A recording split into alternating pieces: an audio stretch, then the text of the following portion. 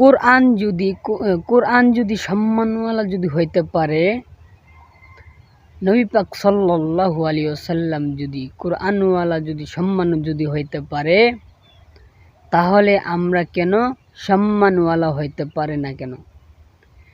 আমরা আছি না, যে টাকা দিতে পারবে বেশি ওকে সম্মান বেশি করি, ভাই বড় ভাই ডাকি।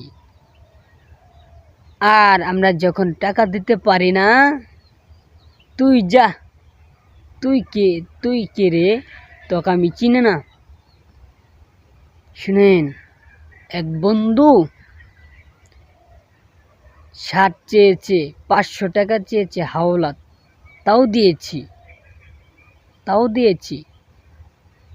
তারপরে বন্ধুর কাছে আমি একদিন যাই দেখি, বন্ধু তুমি আমাকে 500 টাকা দিবা, 500 টাকা হাওলাত দিবা, একটা শার্ট দিবা পরার জন্য।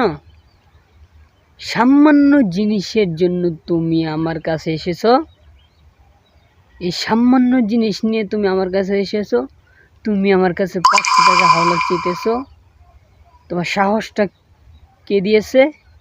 এরকম করি বলে, যা তুই বাদ যা, তোকে আমি হাওলাত দেবো না, তোকে আমি উপকার করব না। আমি বললাম, বন্ধু রে, তোর আমি যে উপকার করেছি, ওই উপকার তুই আমাকে দাম দিলি না নাকি? তুই তোকে আরও দাম দিব? তুই কোন প্রধানমন্ত্রীর পোলারে তোর দাম দেওয়া লাগবো?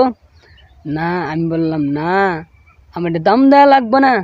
শোন, আমার আল্লাহ পাক রব্বুল আলামিন দাম দিলেই চলবে। যেই না হোক আমাকে পাগল বলুক না কেন, আমি আল্লাহ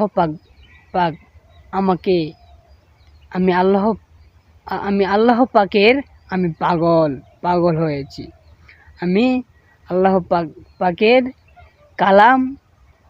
কালামুল্লাহ শরীফ